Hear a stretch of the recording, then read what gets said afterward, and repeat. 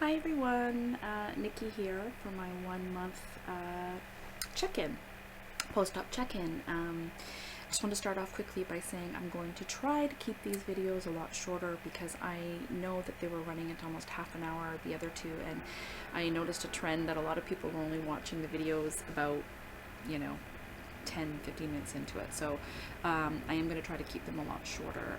It's hard for me to do that because I know that I'm a chatty Cathy, but anyways, I'll start off right away with giving you my stats for the excuse me, for the past month. I am down to 263.2, which means I am down a total of 30 pounds, just over 30 pounds since the start of my journey. About 10 of that was lost before the surgery and the rest after. So yeah, so the stats are going pretty good. I'm feeling pretty good. I have no pain or anything like that. I haven't had any issues of being nauseous or being sick from eating, so I'm lucky there. I still get pretty fatigued in the afternoon, but I guess that's just, still from being on low calories. And I get the odd dizzy spell, but my doctor told me that that's because I'm not drinking enough, which I'll get into later. So far there hasn't been anything that I find that I can't eat. Bread is and probably should be something that I have to watch, especially uncooked bread. I find that it swells in the stomach and kind of gives me a tummy ache and sticks in my chest, so I try to stay away from that. Toasted bread seems to be okay. It doesn't really bother me, or I seem to be okay with a cracker and things like that, so I think it's just soft, doughy bread.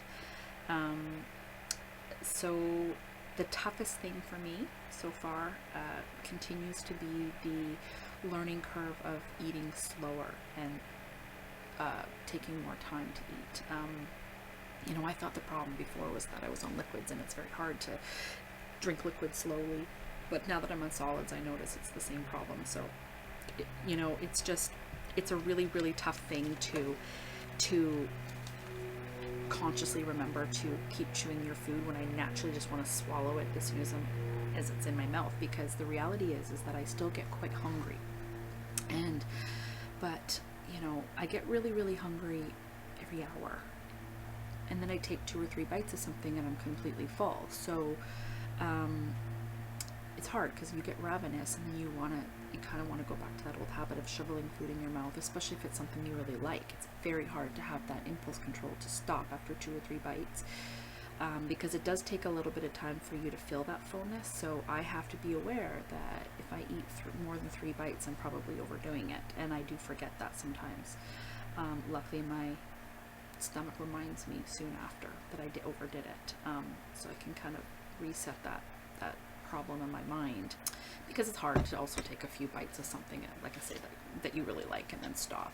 The other tricky thing is that I find that when I'm trying to eat hot foods is impossible, because I'll make something, say an egg, and I'll have 2 or 3 bites of it, and then I have to stop. And so before I can start up again, that egg goes freezing cold. So unless you're near a microwave and you can constantly keep heating up your food, it's kind of annoying. So I'm thinking in the long term it's going to be easier to stick to foods that don't have to be hot. But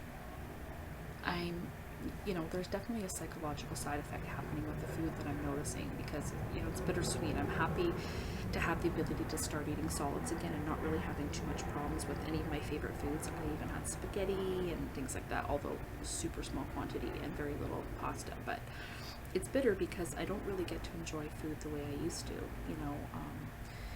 This whole concept of having 3 meals a day and 3 snacks is a joke. I can't have a meal. I can't eat a meal. I can have 2 or 3 bites of something and I have to stop. So this whole relationship that I used to have with food, where I'd eat it and I'd feel really good and it'd make me happy and I'd get excited about going to try new things or going to a restaurant or going to eat out, is kind of getting it's kind of being ruined. But I'm hoping through time that will just maybe change the whole way I look at it anyways. Food will no longer become that escape to a happy place for me. It will just become a means of survival, which is what it should be. And certainly not going to ever deprive myself of anything I want to try. Just, you know, hopefully that 1 or 2 bites of it is satisfying enough for me.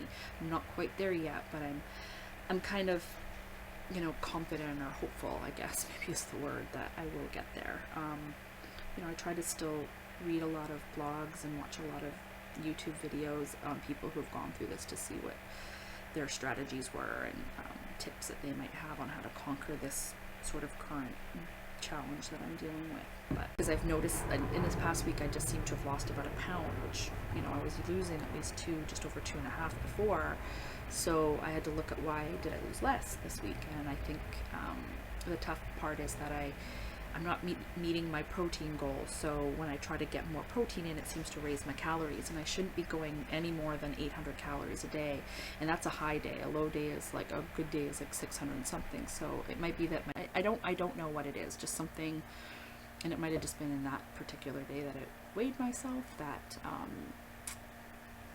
maybe I had water retention, I don't know. I saw my surgeon yesterday, because yesterday was my 1-month anniversary, and he said everything's great.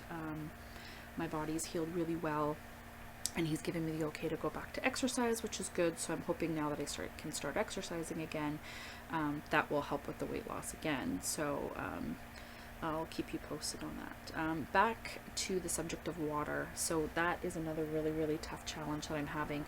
I thought I was fine with water because I'm constantly sipping it all day, but I have to have 8 cups of water a day in between eating, and that's actually really hard. There's not a lot of time in the day to do that. So I find at the end of the day that even though I felt like I was sipping all day, I was only getting through half of what I should be getting. So I've, you know, trying to find tools for that. So what I did is I just put a whole bunch of alarms on my phone to remind me to drink a cup of water every 2 hours, I think. So hoping that'll help me, sort of remind me, maybe, because I think the problem with just constantly sipping a little bit here and there is I lose track of how much I'm actually taking. I think I'm drinking a lot, but those sips don't add up to a lot. So I think if I have a reminder to tell me to drink a full cup in a sitting, that'll be better, and I'll be able to keep track of it. But that was the one thing my doctor said, is that because I said I get a little bit of dizzy spells still, and he explained that was probably because I'm dehydrated. And not that it's been nice weather, but when the weather gets warmer,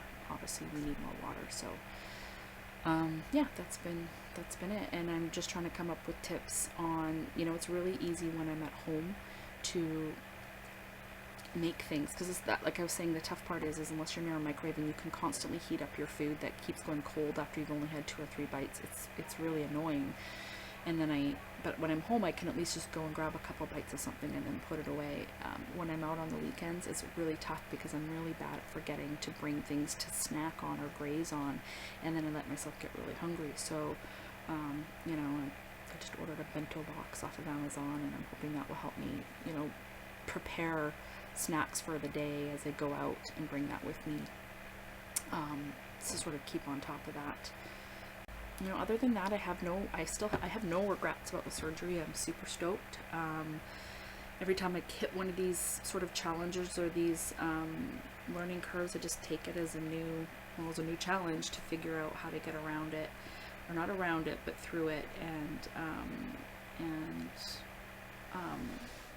you know, make this tool work for me. So yeah, I'll continue sharing my journey with you and let you know how I've managed to figure out these things, and we'll go from there. And I've been taking some photos along the way, like I said before, and I think in my last video, and I'll post them all one day when I can sort of have a comparison shot. But definitely losing inches for sure.